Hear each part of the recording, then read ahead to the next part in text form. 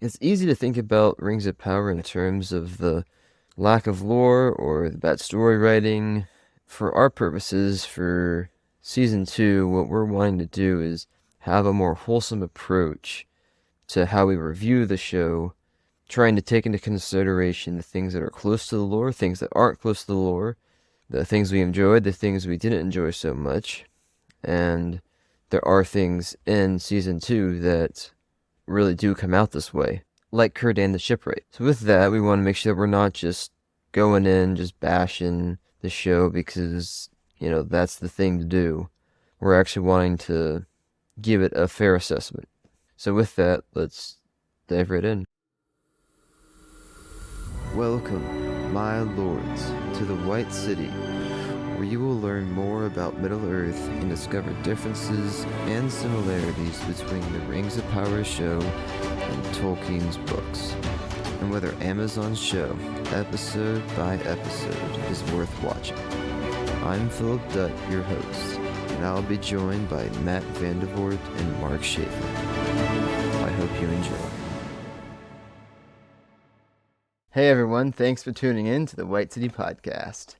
Today we're going to be reviewing the first episode of Season 2.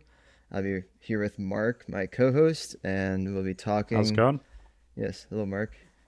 And we'll be talking through basically different parts of the episode that were like the lore, not like the lore, and our least favorite or most favorite parts of the episode, and any changes in characters that might have happened since the previous season, since a lot of fans kind of had a big bustle about that. So, Mark, how about like the beginning of the first episode? If you can remember back to like the beginning of the first episode of season 1, I know a The lot of flashback with Sauron, right? yeah, it was flashback with Sauron.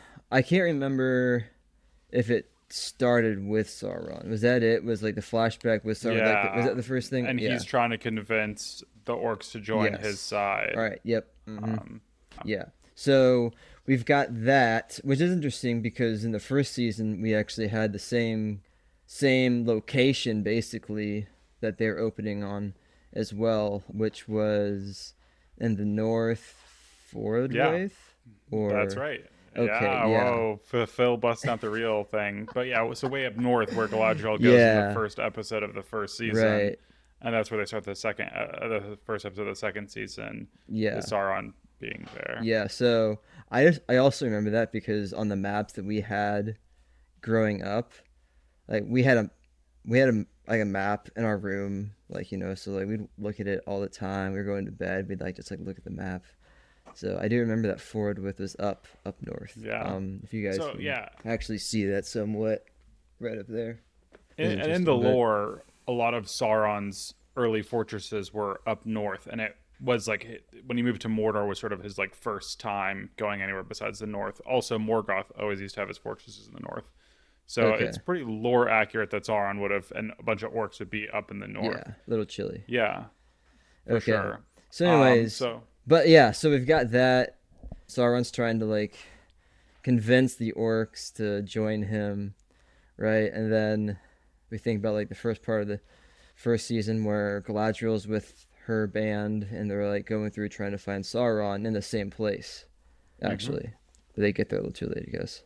Anyway, so like, did you feel like it was more enticing, or is it still kind of like a little bit bland? Because I felt like in the first season, the first episode is starting off really slow. Yeah, I sort of remember like even the first several episodes, it felt like it wasn't until like the fifth episode that the first season really started picking up.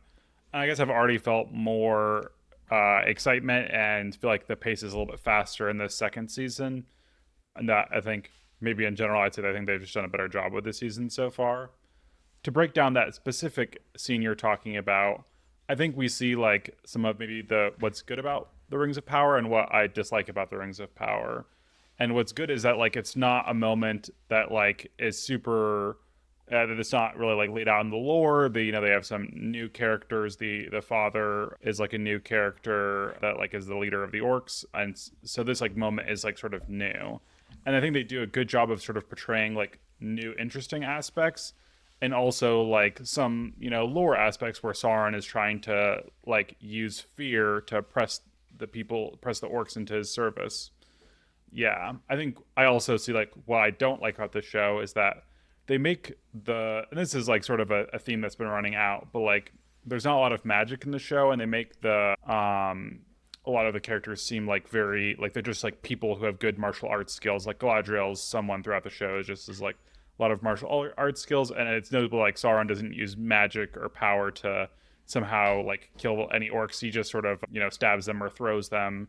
And I always think of the scene in the beginning of the Fellowship of the Ring, right, where Sauron has like his mace and he's just like setting these guys flying, and it's clear that like he has magical power. And when he dies, I thought that was really cool, where like he explodes or whatever, but then he becomes like this black gooey monster that reminds me of a symbiote from the Marvel series. And whenever Sauron is described as like dying, it's always very spirit like, and there's this idea that like he loses his ability to be in the flesh. And it takes him a long time. He doesn't need to like eat these monsters. And while it seemed sinister and creepy, it wasn't very true to lore in a lot of ways. So that's sort of what I'm looking for as going forward. I think that's something you see throughout the show is that they're using magic very, very in a very small part of the show that's centered around the rings and not magic throughout the rest of the show. But what they have created in some of the new storylines they have created are very interesting. And I think I've looked forward to the second season even more because of these new storylines that I've sort of come to like. And generally, my impression of the second season was that I just liked it more than the last seasons.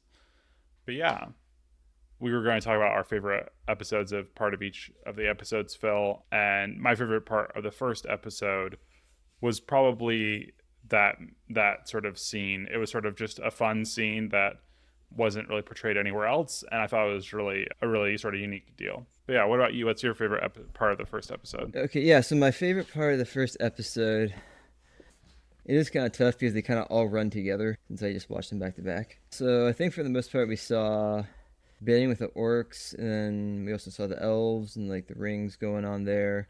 I Yep. think probably like my favorite part of the first episode would have been like Cirdan or Cirdan, the shipwright.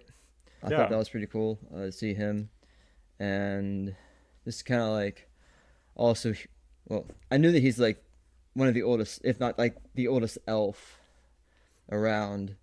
So it's neat to like have them show that, and then have Elrond be like, "Hey, I know that you're wise enough to know what to do with these." He's so old. He's one of the only two elves who have beards in the canon. So that's why he Mm. actually has a beard in the show, and they like shaves it off in one of the later episodes.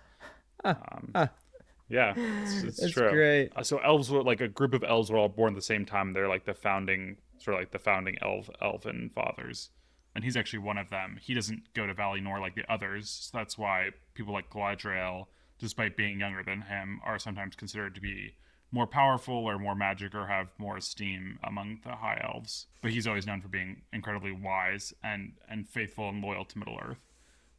That was really interesting, right? So they have like the three rings and how to use them, and it's Círdan in the end who decides to use them because he wants the elves to stay in Middle Earth as long as possible. And in the end, we know that he'll have to leave. That's what happens in the actual Lord of the Rings series.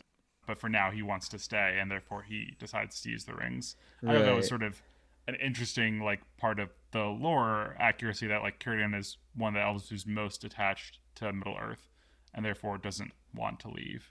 Interesting enough, another one is Galadriel's husband, Celeborn, who also is one of the last to leave Middle Earth. So yeah, it's sort of interesting that we see that sort of spirit. What did you think of the way the elves?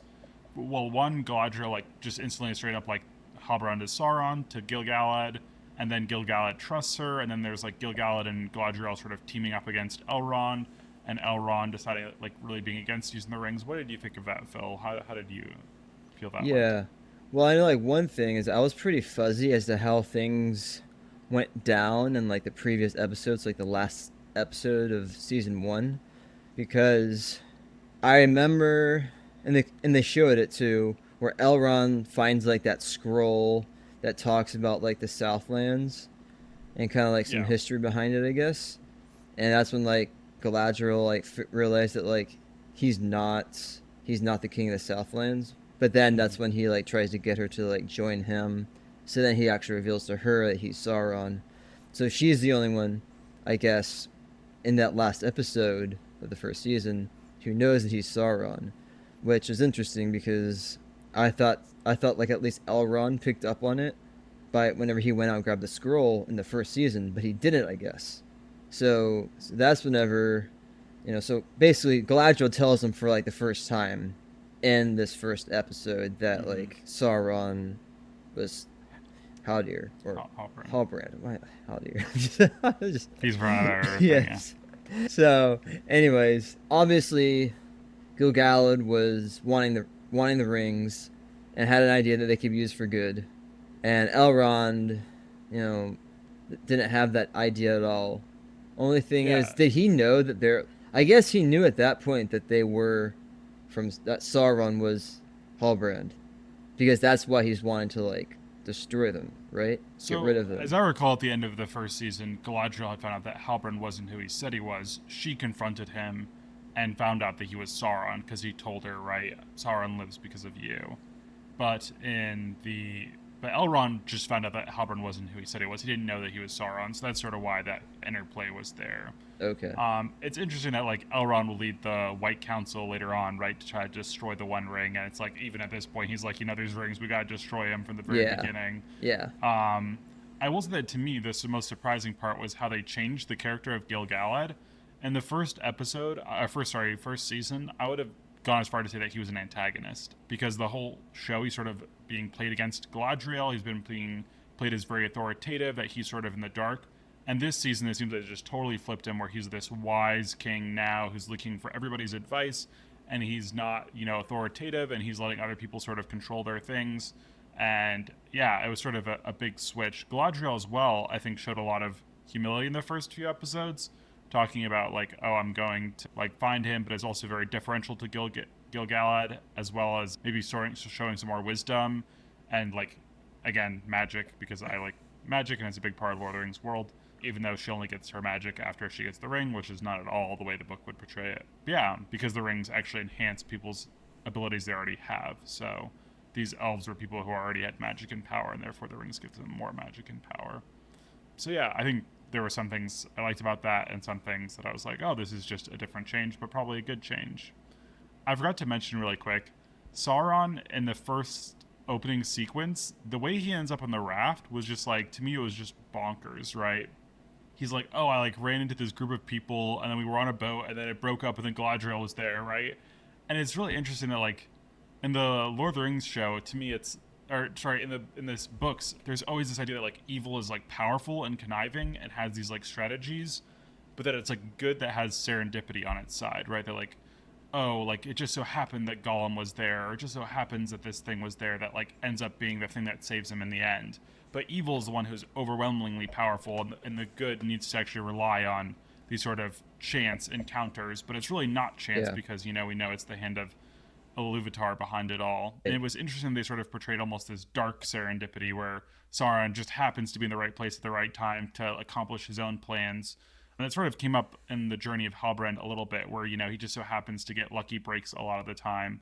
I was sort of like, oh, I wasn't a huge fan of that. It seems like Sauron is getting more lucky than like having a master plan. But I thought that he did do a good job of showing his more conniving and cunning nature. I thought it was very clever that he goes back to Adar and pretends like he's still Halbrand and tries to make a deal with him. I thought that was yeah. pretty clever. That you wouldn't really think that was what he was wanting to do. And Mordor, you think he tried to take over, but instead he's going to sort of play his enemies off against one another, which is his real strength. Right. Yeah. Yeah, it's interesting. So definitely like the least favorite part of the first episode for me was the opening scene with Sauron trying to convince the orcs to like join him. Hmm? And it just seemed to me like honestly when I was watching it, I'm like, "Oh, here's somebody who's an imposter on Sauron trying to convince the orcs to join him." But then it's like, "Oh wait, no, they're actually making this guy Sauron," which to me was in my opinion, I was like, "Okay, like he's not convincing at all." As you're saying about magic and other things, like he didn't seem like he was that powerful to really, for them to be like, to fear him or to even like respect him, you know? Yeah. And I feel right? like that It's like like there could have been like a bigger like fight scene go down than what there was, but he could have even like, I mean, obviously like this costs like a budget, right? But this is like their sort of their thing is they're like, oh, he's a good speaker and he's sort of like a populist almost, and instead they turn against him. But instead he could have been like, like 10 feet tall or something, right? And have like magic and be wearing this dark armor. Instead he's like this little like guy who's just like sort of, follow me. And his big moment of like intimidation is like stabbing this orc over and over again, right? Rather than like some magical feat that would have been beyond the capabilities of anybody. So again, that like yeah. is sort of well, I think that like, oh, this is not really in Lord of the Rings. If you think of how Sauron's portrayed in Lord of the Rings, it's always very intimidating, right? It's always very terrifying. And they seem to be going with the conniving Sauron, but not also the terrifying Sauron, that he has both of these halves. The other thing I was going to say, it's actually kind of lore accurate, though, that Sauron would at times take a light form and try to appear like he was this elf king, and he would do it to the peoples of Middle Earth to try to gain their confidence. But the Mm-hmm. orcs would always mock Sauron for that because they don't respect high elves. So when Sauron would appear as a high elf, sort of like he does in this show, when he becomes Immature, they would sort of look down on him or even mock him. And so that was sort of interesting Okay. that he's not connecting with the orcs because he's sort of wearing this light face was maybe a little bit more lore accurate. Okay. But yeah. All right. Well, that's interesting then. So, what about? I mean, all right. So, what would you say was most lore accurate in Most the? lore accurate. Yeah. I would say probably Cirdan the Shipwright. His portrayal I thought was like, oh, this is like exactly sort of how I pictured Cirdan the Shipwright, who has like a very brief cameo appearance in the Lord of the Rings series, but sort of wise, and he has this feeling of oldness of all the like elves, and sort of almost what I was looking for more from characters like Elrond and Galadriel. And he seems to be like the sort of one who's playing the wise, and like you get the idea that this person is ancient sort of figure rather than Galadriel and Elrond, who sometimes feel like impetuous teenagers. So yeah, I guess that would be my favorite part of I thought was most lore accurate. Yeah. What Okay. about you? Oh man. For me, I think that too. Like Cirdan seemed to be the most lore accurate, just being the older elf, the oldest elf and all. Other than that, I couldn't really say about the other parts, but Yeah, I was wondering it might be helpful since we're like reviewing all three episodes if we just do like a really quick breakdown of each of the major storylines. So if we have like Isildur and his new girlfriend in the Southlands and escaping Mordor, then we have like Halbrand who goes to Adar and sort of the Adar storyline. Then he goes to Celebrimbor and we have like Celebrimbor's storyline, and then we have what's happening in Moria and the Dwarves storyline. And then we have the Elrond, Galadriel, and Gil-Galad storyline. Then we have the Numenor storyline, which is in like just episode 3. And then we have the Hobbits and the Stranger storyline. And I thought it would be like sort of fun to talk about those storylines individually because in a lot of parts, especially the Stranger and the Hobbits, they seem like they're just totally disconnected. I don't know if you feel that way as well. So maybe we can talk about where the 3 episodes has gone with the Hobbits and the Stranger and how you feel that will connect with everything. Or, I mean, to be honest, part of me wonders if they should even just like cut that whole storyline. I mean, like, to me, it's like, oh, they're just throwing in the Hobbits and the Wizard because they're like recognizable IP, right? But they're not playing a larger part in the story, it seems like at this point. And yeah, it's interesting because it's some that we have like some of the most Lord of the Rings isms, like the things the Stranger says and the Hobbit say is like, oh, this feels very Lord of the Ringsy, but at the same time, it's not playing a larger purpose. I don't know. yeah, I I definitely. I mean, sticking more to just what first. I thought the episodes also got like a little more interesting as they went along, honestly, Mm-hmm. because part of that was because I thought the Harfoots and the Wizard and that storyline was not as interesting, and it kind of seemed. I mean, maybe it's an odd comparison, but like if you, I don't know if you ever watched Dune, but like it felt like a part out of Dune for like when they're going across the desert and the, I guess would that be the Yeah, Haradrim or the Easterlings coming yeah. I believe around? But it's they're in the Easterlings land. Rune, I believe, is in the north, so it's the okay, part of the Easterlings, I think. yeah, But yeah, I think it's also interesting that they have this other wizard. Okay, and here was the other thing is they had that like the white lady from the first season sort of like reappears through the butterflies. And Yeah. I was like, oh, this is like kind of cool magic. Actually, that's I feel like how Sauron should have like reappeared, right? Is that he's like this spirit that goes around and like is looking for a new form. But also like who are these people? How do they have this much magical power? And like this is sort of the point, right? That like magical power is like associated with things like age and connection to Valar and the Valley Nor. And these people seem to just sort of be like, oh, it's like we're just thrown in the lore. And there seems to be a wizard with them. So I guess they do have an Istar. But yeah, do you think that the the character of the Dark Wizard is going to be Saruman, or you think it's going to be some like blue wizard character we've never heard of? And did anything about the first three episodes like make you think differently about like is this character Gandalf or not?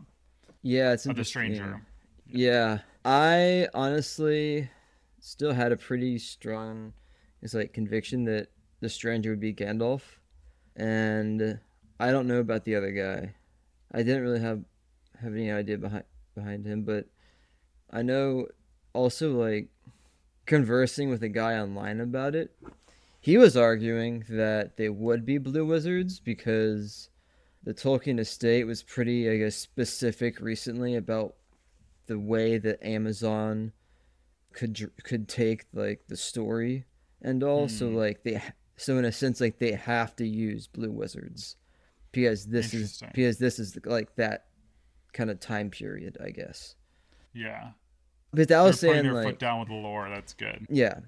So if you think of it from that sense, like okay, like it makes sense that they'd be blue wizards, but they're having like a wizard act like Gandalf so many times that you kind of wonder like okay, Gandalf is the recognizable name, right? So I think Amazon has an incentive to just throw in Gandalf regardless. But interesting. yeah, I think it will be very interesting. I don't think the bad guy is going to be Saruman. It seems like it's still too early. He looks a lot like Saruman, but I'm guessing the bad guy will be a blue wizard, but the good guy, the stranger, will still be Gandalf. Again, I'm not like a huge fan of the characters like storyline in terms of like, oh, Gandalf starts out as like sort of as a child who like needs help, which is like sort of accurate to the lore, but at the same time, it's like he's always afraid that his power is going to hurt people is maybe not something that I feel like is very lore accurate, and that I think the show will be about him like learning to like respect life or something, and not to be like afraid of his own power, but to be like confident. At the end of the show, will show him like mastering his own power. I feel like that's not really lore Hmm. accurate. Well, it But kind yeah, of goes to if like you think about the first season and how he showed up, right? I mean, he shows up from like a meteorite, and then kind of slowly gets his strength, almost like he's a child, right? Whereas like the way the story actually show up on Middle Earth is very different, right? so They play show up very like knowledgeable of why they're there, and they come across in like absolutely. ships or something, and yeah, So I believe there's like one line in Tolkien that he's like, and sometimes they had the spirit of children and they had to learn everything again, like languages and stuff. And this show like really ran with that one line, right? But at the same time, like you said last season, like they knew their purpose there, and like this idea that they can't control their power, that their power is something like alien or foreign to them, is like not very Tolkien esque. I think even that like there's never a case where somebody can't control their own power. I don't know. That was sort of very strange to me. you like get into these situations and you're like, all right, man, here's the time to shine. Use your power for good. And yet, I mean, he still takes out the Easterlings with a huge tornado or Tornado or whatever. whatever. Yeah. But which is, cool in and of itself. But yeah, it would. And then again, I can kind of see where they're trying to build up his character because it's like a season, and maybe by the end of the season, he's able to harness it a little bit better. But yeah, Yeah. I was that like of all the storylines, that was sort of my least favorite, and I was just like, oh, even though they're trying to like evoke Frodo and Sam going across Mordor, it was like it didn't really feel the same. right. Oh Um, yeah, no, no. what do you think of the Isildur storyline in terms of so Isildur starts out in Mordor and he escapes, and he goes to the spiders, I believe, and then he finds the girl, and then he finds Arondir, and then he goes to like the city, and that's sort of where we left him last. Right. Yeah, I mean, with a Lendil and a Isildur, they're really trying to pull hard the horse and man relationship because Yeah. it's like it's basically they set it up for what happens to Aragorn in the move in the Two Towers. Brago comes back and finds Aragorn. What happens in Okay, and but this time the horse like straight up kills two orcs. At first, I was like, "Is this like horse just gonna kill every single orc? It's gonna be like this horse is sort of like the greatest warrior in the battlefield. Like we're just gonna send him against Sauron, you know?" yeah. That was so funny when he just instantly like takes out two orcs. I was dying. Oh my goodness. Oh man. But it found that Yeah. they took like that sort of like that very like, oh, this like two scenes of like this horse and animal connection, horse human connection, and they like dialed it up to 11 in this show where they're like, oh, Isildur and like him are like best buddies, like, and Isildur treats him like his best friend. He's like, I'm not gonna leave him behind. I don't know. I thought that was a little bit too much in my opinion. But I guess it did evoke themes of the first show. What did you think of the spider cave? I thought it was neat. I wasn't sure exactly like where they were locating that because and then again, like, I guess if you're thinking about like Shelob or even Ungoliant, which is the older spider, I don't she probably isn't around at this time. Or if she is, she's kind of away. Yeah, it's unclear in Tolkien's lore if Ungoliant dies at some point, but Shelob would be alive during the Second Age, and it sort of is like where she would be at Cure the Pass of Cirith Ungol. It's sort of at least close to it. Yeah. And interestingly enough, Shelob actually it's her offspring that populate the Mirkwood Forest. So Shelob does have spider children, as Mm, disturbing as that is. yes. I do not like spiders, so but yeah, I was Yeah. not a huge fan of. I mean, the scene freaked me out, which I think it was sort of supposed to do. And I will say, I mean, there were a lot of spiders in there. It seems like some of them should have eaten him, but I guess like, it gave some fun jump scares and was like a fun Easter egg that like, oh yeah, Yeah. Shelob and her lair would be around this area. Yeah. I don't But yeah, I don't know the biggest I didn't really see a big spider. Like, as big as yeah, like it seemed like Shelob is in that scene. So I was kind of think like maybe she wasn't there at in that scene, but maybe it was like one of Shelob's offspring yeah, already, or that like they're playing like a baby Shelob. Like Shelob is like much younger and therefore much smaller at this point, which I think that monster spiders are full grown when they're born. But yeah, yeah, it's it was a neat scene though, connecting it to the movie, of course. But yeah, yeah. Well, I was gonna say like Isildur runs into the like wagon and the girl, right, and the bad guys bust out of the wagon, and then Rondir takes out all the bad guys. And they right, go to the city. We find out that like Bronwyn has died between seasons by a right, poisoned orc area, and yeah, it seems that there will be this like playoff between Theo and Rondir because Theo doesn't feel like he has any connection to Rondir, and Rondir wants to connect with Theo, and Theo connects with Isildur, which is like really interesting.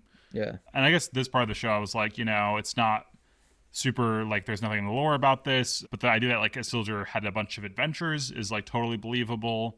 And you sort of see some of his sort of character traits coming out. I think that he's both like kind and compassionate, but also like very driven and has some of his own demons in terms of he caused his mother's death. That this will lead him to do something, try to do something great, and that he'll be unable to resist the power of the One Ring later on. But yeah, so I think for me, I was like, oh, this is like fine. I guess I don't know. I don't have anything for it and against it. It's like yeah. pretty good and pretty interesting. It wasn't like something I was dying to see, but at the same time, it seemed pretty fun. So Mm-hmm. I think they did go with that storyline, and the way they still like brought up like what would you call them? Kind of like the outlaw Southlanders.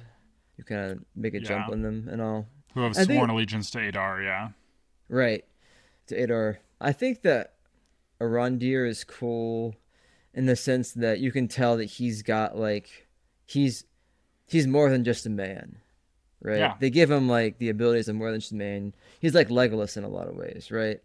You got Legolas doing all the acrobats and you Galadriel know, always sort of seemed like just another like a human woman jumping around and fighting, but Rondir always had this like mysteriousness to him that sort of made you feel like he was a real elf in the show. yeah, Yeah, right, and the actor, I think I would credit the actor with that. There's no like scene or anything like that. Just sort of the way he plays the role is excellent. I think.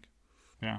so that So that area of the story I find pretty interesting with Numenor as well. Yeah, Uh, do you want to touch on Numenor next? That's like the most recent episode.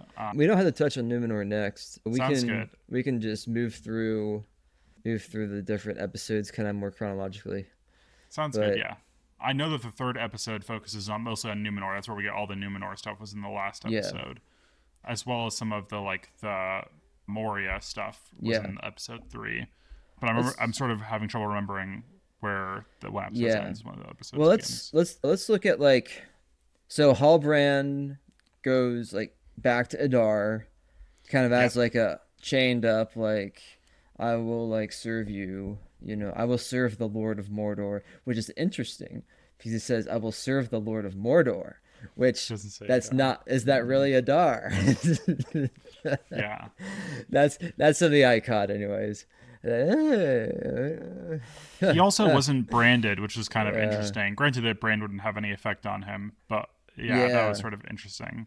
Okay. Um, I did I did sort of like that like we saw that we know that Sauron is Halbrand in this makes it like, oh, we know who the antagonist is and we know like that he's manipulating people. I think that makes it way better that we're not just like, oh, who is this random guy in the show that they just sort of threw in as like the discount Aragorn. It's like, oh, we see how he's manipulating Adar.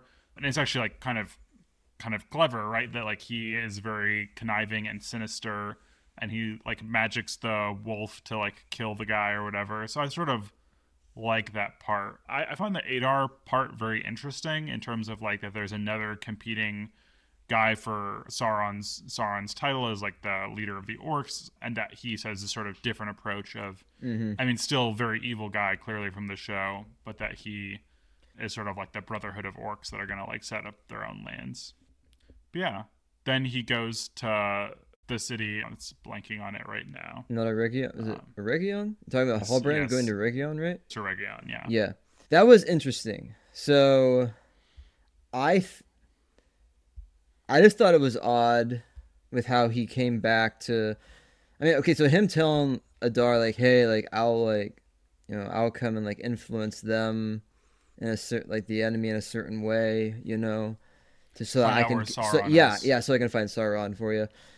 It's like okay, like, I guess that's fine. Yeah, I was like, all right, yeah, that's fine. But it's like to me, I think because this is kind of something that you brought up before too. Is like, all right, why didn't he like come into a region as an elf? Why did he Right. why did he enter the gates as a human? I feel like he could have changed before he got there, and then it would have been really more like convincing. Like, hey, I'm this like elf, like good at smithing or whatever. I can like help you out with like X, Y, and Z. I heard something about like these magical rings, and Yeah. Caleb Wimber would be like, "Oh yeah," that would have seemed to me to be more like kind of like convincing. But I mean, it was just Yeah. interesting too how they like were able to still kind of like make it work. I guess. So I think there's like one thing I think that sort of everyone has said, at least in terms of people who like love the lore, is that like switching up the order of the rings has not worked out for the show. That they made the three Elven rings first, it makes everything so confusing now that like, oh, the elves are fighting over these rings, but like now Halbrand's coming back to make more rings, right? Like why aren't they making rings without him and stuff? I Yeah, think that has sort of been a big problem for the show. But they probably couldn't have changed up the lore in some way, maybe for him well, in like I don't know with like how he yeah, like the order of things and how he like if he like, would have stayed after making the rings and all. Yeah. they wanted to make like the big Sauron reveal, right? And therefore that was like sort of what they did. And I was like, oh, they're gonna make the Elven rings, but like they could have done it very like according to the lore, which I think would have been more clean and like taken less time. So I think that is like what they're sort of struggling with in this show is like right sort of to your point like oh if he shows up as an elf and I was like I heard you guys got some of the rings it's like okay that's suspicious but I think the other thing I was going to point out is like the evil serendipity right the evil luck that Sauron has that he shows up at the gates and they don't just send him away they like make him wait out there and he has to wait to get a chance and it just so happens that it's raining one day and the guy comes out to like talk to him and he just so happens to catch a word and then he so happens like I don't know it's a lot of these like very coincidences that you're like, oh, that seems like Sauron would be somebody who's very conniving and plays people off against each other. but also doesn't leave things to chance, and that it's good, which sort of is relying on the luck to win the day. But yeah, I did like how he sort of manipulated Celebrimbor in terms of like using the fact that he feels like he's not respected and that he hasn't heard anything. I thought the the working between Celebrimbor and Sauron, aka Halbrand, aka Anatar, has been very good actually in the show so far. That's Mm-hmm. one of the things about that storyline I really like. What are your feelings on that part of the story, going forward into even like the later episodes after he convinces Celebrimbor to join him or to like start working with him? Yeah, I think it was pretty good. Like the way that Halbrand like revealed himself, I thought was pretty unique. He like all of a sudden like disappeared, so a little more magical, you know, in a sense there Yeah. too. So then he comes, and then he like shows like, hey, this is who I really am. This elf guy, Anatar. You know, he's like, oh, giver of gifts or the lord of gifts, I guess it would be. It was interesting because I think he played that off as like, oh, I'm just like a humble giver of gifts, and then the guy's like, oh no, you're the Lord of Gifts, right? Anatar means Lord of Gifts, but it's really interesting, right? That he tries to. It's a way of portraying himself humility while really like communicating his power. The other thing I was gonna say about that scene was like, oh, this is how they should have portrayed like sort of like the way Anatar comes in and it's all magical and you're even like transported to a different place, right? Where there's clouds and stuff. I was like, oh, this is the kind of magic in the show. Not that it should all be like magical clouds, but it's Anatar appearing as like this angelic, majestic being, which is like I'm portraying himself as light. It's like, oh, this should have been more like how we saw Galadriel portrayed, and even characters like Gil-Galad portrayed, and how Sauron has portrayed himself earlier as like a dark version of that, rather than just sort of the dark veins around the eyes is like however they get. Um, Yeah. So more but about how he's acting than how he looks. Is it you're yeah, saying, or well, and that it feels otherworldly, right? That okay? was sort of maybe the one thing I was trying to say about the first episode is that like the very first scene of the first episode where Sauron is being talking to the orcs, he feels like he's just some dude making a speech, right? Right. Yeah. And he should appear otherworldly because he is otherworldly, and that was sort of I felt like how they were able to nail that with Anatar, All right. Yeah. but yeah, Yeah. Like coming in through the fire and all, and yeah, I thought it was really cool. it was good. Yeah. Do we want to move next to like the dwarf scenes and how they are like tying in with the Yeah. Halbrand, Sauron, and Yep. Celebrimbor storyline? Yeah. What do you think of those That was the next scenes? thing that I was thinking about. I thought they were interesting. I think that it's typical of the dwarves to be very skeptical and kind of like, you know, well, not so willing just to like take on some offer, which I think Durin, the younger Durin, is very much that way, even. And I mean, I guess that's the difference between him and his father, because he's like, well, I don't know if my father's gonna take up this, but his father's like, oh yeah, like we'll take the rings. Yeah. So, anyways, but it's also interesting too, because you don't, you just don't see a lot of, you know, interactions between dwarves and elves in Lord of the Rings.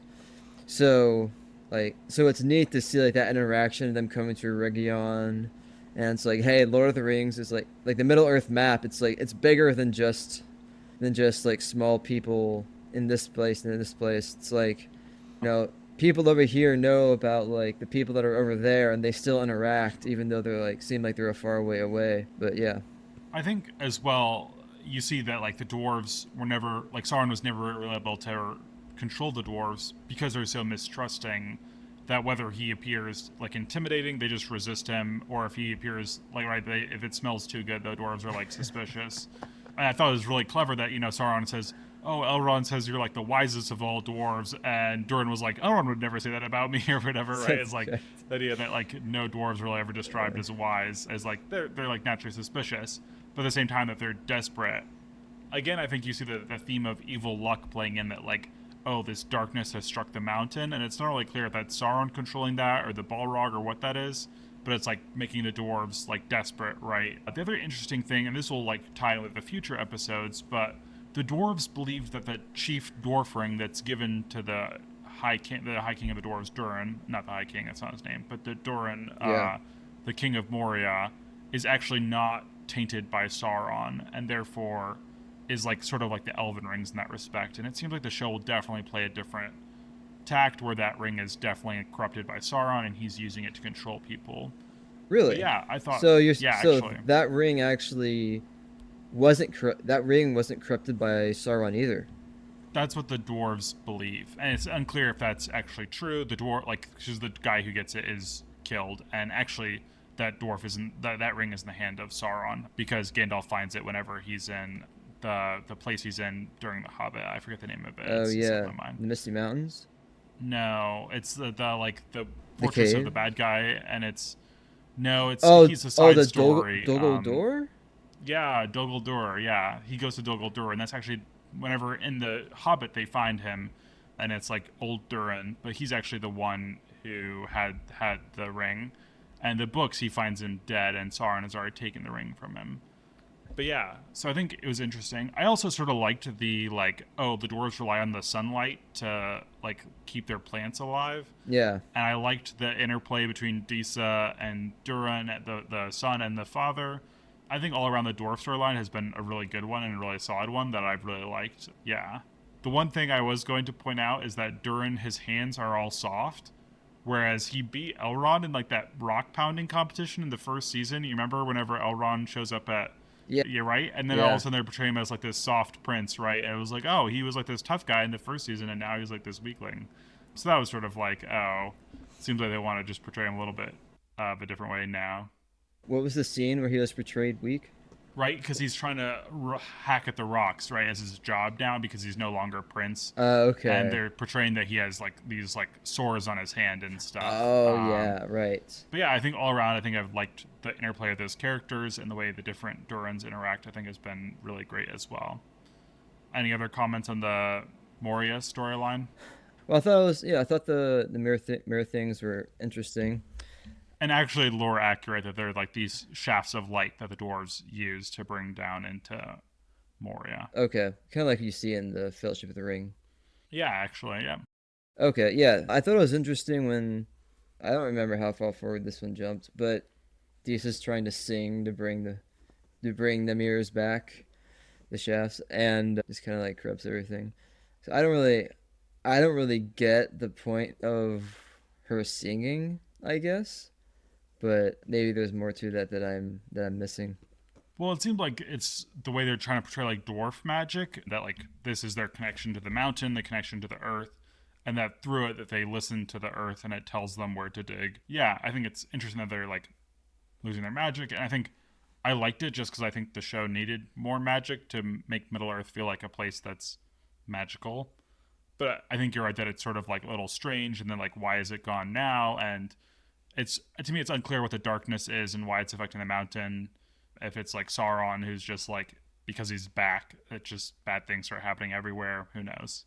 We talked a little bit about the like the three rings and Galadriel and Gil-Galad and Elrond and Celebrimbor or Cirdan already. I wasn't sure if you had anything more to say on those storylines.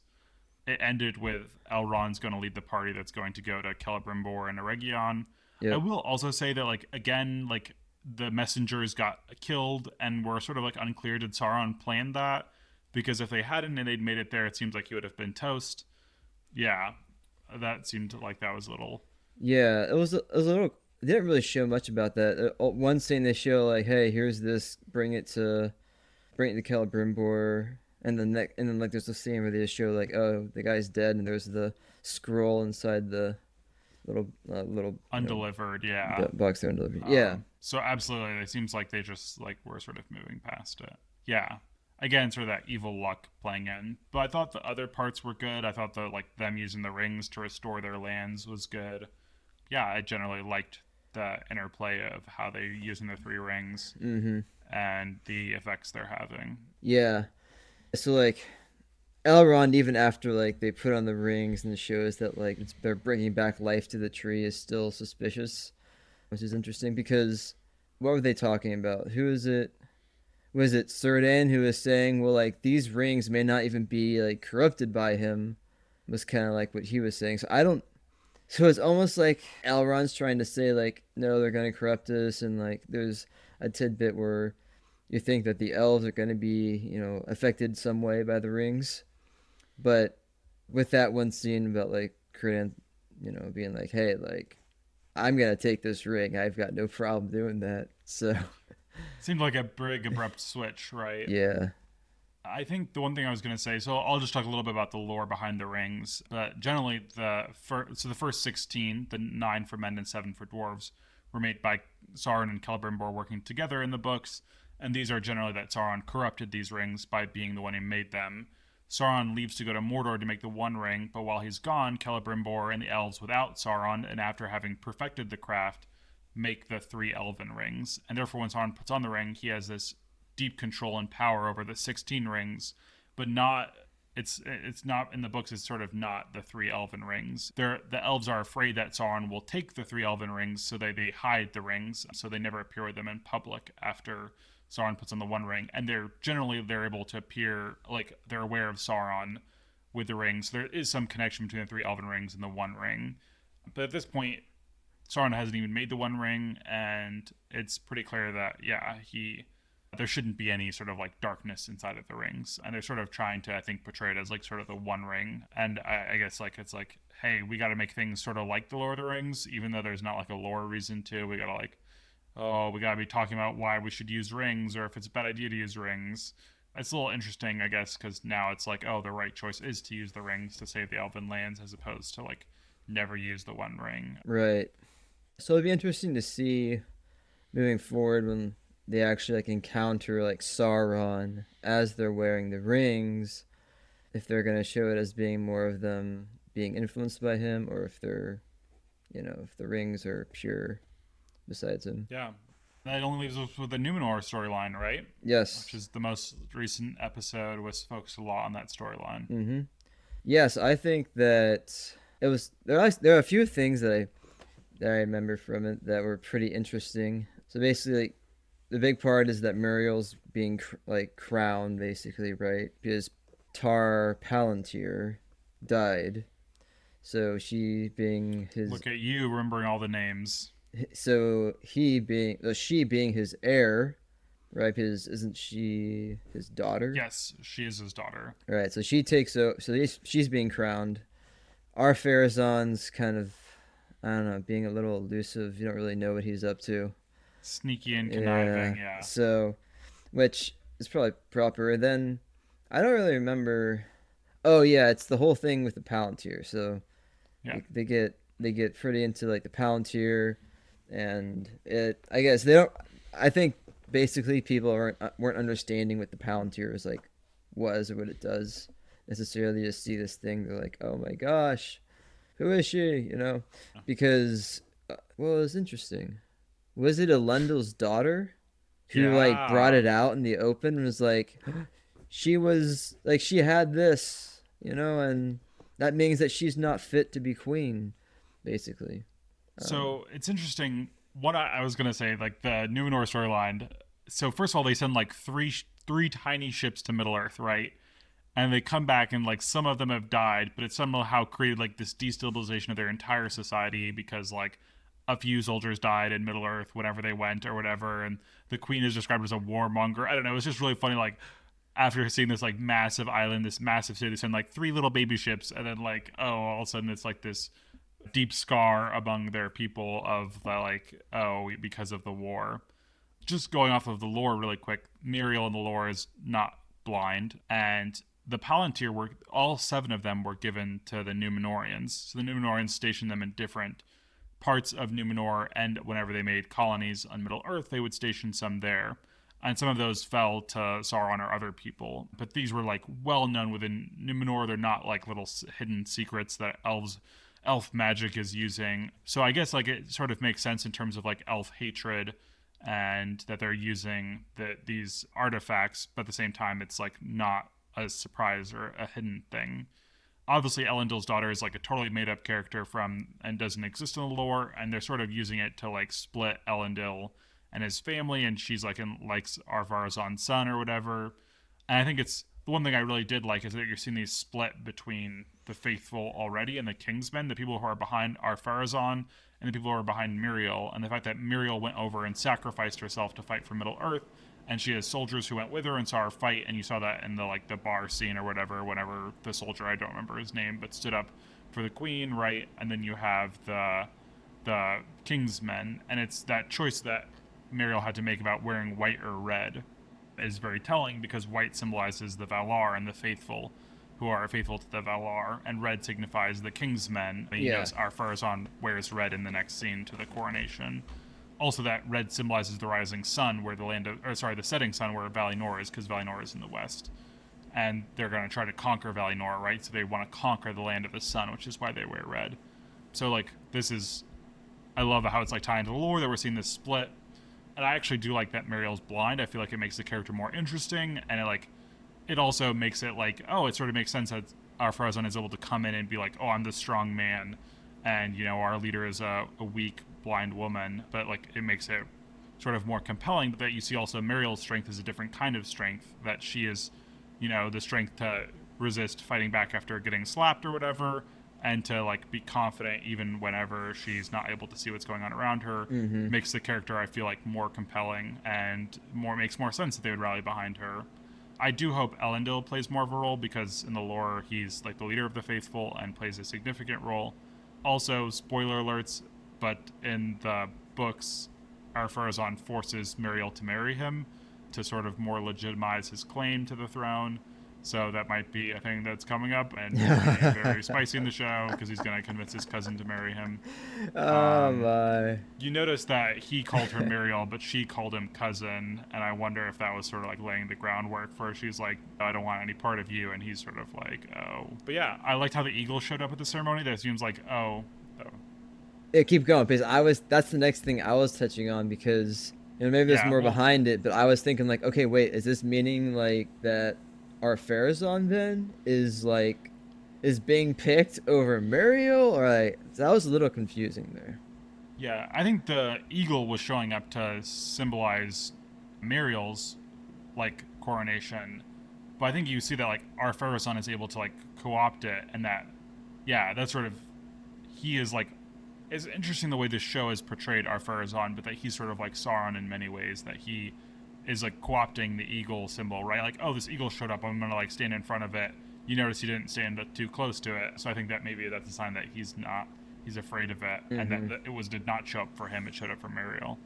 But yeah, that like he is using these symbols, and the way he's able to twist, right? He says like whenever the thing is thrown down, like no king of Gondor would ever like use the Palantir, and it forces Muriel to sort of out herself. They're like, no, we need it. But yeah, I think there are a lot of things I liked, maybe a couple that I didn't. I don't think I'm going to like how they use Elendil's daughter's character very well, but we'll see how it looks going forward. Yeah. So one little spin that I think I figured out. I don't, anyways, so like from lore, like eagles are kind of like of the same type as the Astari in a sense, but they're not, I mean they're not Astari, but they're what's what's the other word? Sounds good. So I can go like on a brief lore dive into the Eagles. So to be really quick, there's like Iluvatar, right? He's the god of Middle Earth. Not only Middle Earth, but a bunch of worlds. But he creates Middle Earth, and he sends some of his servants to Middle Earth. And the higher ones of his servants become the Valar, and the lower ones become the Maiar. But while Iluvatar is like the god of Tolkien's universe, he's all powerful and all knowing. The servants that he sends are not all powerful and all knowing. And so that's sort of where the interplay of Middle Earth comes along, is because one of the Valar, Morgoth, turns bad. Well, his name was Melkor, then he turns bad and becomes Morgoth. And he sort of starts a war, and there's this conflict going on between the Valar, who are Iluvatar's servants, those are the servants of God, and the servants of Morgoth. But the highest member of the Valar after Morgoth left, his name is Manwë, and he's the one said who's closest to the heart and mind of Iluvatar, and he's also probably the most powerful one, though there's others who are also very powerful. And he is directly connected to his servants, are like the eagles, so they're not Maiar, or not like the Istari or like Gandalf or Saruman in the same way, but they serve the Valar, and directly Manwë. So they're seen as like sort of the hand of like the Valar. Whenever Manwë wants to act or do something, he sends the eagles to do it. Okay, So this would be like Manwë like sort of giving his seal of assent to the king of Numenor by sending an eagle. got you. That's a little more clear about who the eagles are then. Yeah. So that's why it sort of is. It's a sign of the Valar's ascent, and why they would never give it to Ar-Pharazôn, because he, in the end, will try to destroy Valinor or whatever, and lead people away from the proper worship of Iluvatar to worshiping Sauron, actually. So That's cool though. Yeah, so I think this third episode was definitely my favorite one. And I was wondering why is that? Like it's like well, I guess the elves and the Harfoots aren't in there. So that was like one thing. That was like I guess one reason why. I guess especially the Harfoots. Yeah, maybe the storyline will get more interesting when they get closer to this other wizard guy, but maybe I almost feel like, so here's what I'd like to say about the Harfoots. I think you're right that for some reason they just like always rub me the wrong way, and I think that like they almost went like maybe full like two camp with the Harfoots, where they're like, oh, they're like somebody is like making a parody of the Hobbits or something, right? Where they always have like acorns in their hair and they're always saying the goofiest stuff, and it's like, oh, the Hobbits were like sort of like normal people, just like a little more like rustic and country and sort of goofy at some times, right? Like, but they weren't like, oh, they're just like total jokes. I don't know. Maybe that's like sort of my impression or something, that they just went a little too extreme on the like Hobbit esqueness of the Harfoots. So yeah, but for some reason I also can't stand them. yeah. Yeah, like if too like if they kicked it into a little bit more gear with him controlling his powers, the wizard Gandalf, then and like cause some better scenes with that, I think that would be pretty cool because I don't like right because throughout the stories of like especially of I mean all the stories, you got like the Silmarillion, you got the Lord of the Rings, you got the as you're talking about like the evil characters who are really powerful, and you're going up against like these great odds. So you've got to, in some ways it's like you were saying, like oh hey, we just like happened to like get into this situation that got us out of things, but it's definitely like it's like impending doom. It's like you're like serious odds that you're having to go up against, and maybe like more of that'll build as like story moves along, and maybe Sauron able to get more power through the rings. But yeah, I think that's something to me that like I think makes Lord of the Rings so good is that you have these great evil characters that you have to go up against, and it seems like it's impossible to do, but like you have Rohan who saves the day, so like that kind of thing. But yeah, I think it'll be super interesting to see where it's going forward. Ultimately, though, I think the first three episodes like overall surprised me with how good they were. Maybe it's just where I'm at in life, that I'm not like, I don't have a lot of time to do fun things, and so I was like, wow, this is like really fun to sit down and watch a show. So yeah, I think hopefully I'm looking forward to whenever the next episode comes out on Thursday. So yeah, yeah. that'd be good.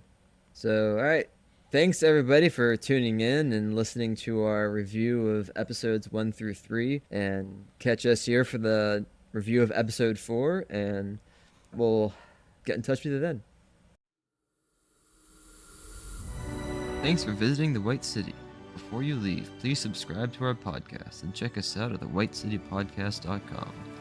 We're on YouTube or Facebook under the tag @The White City Podcast.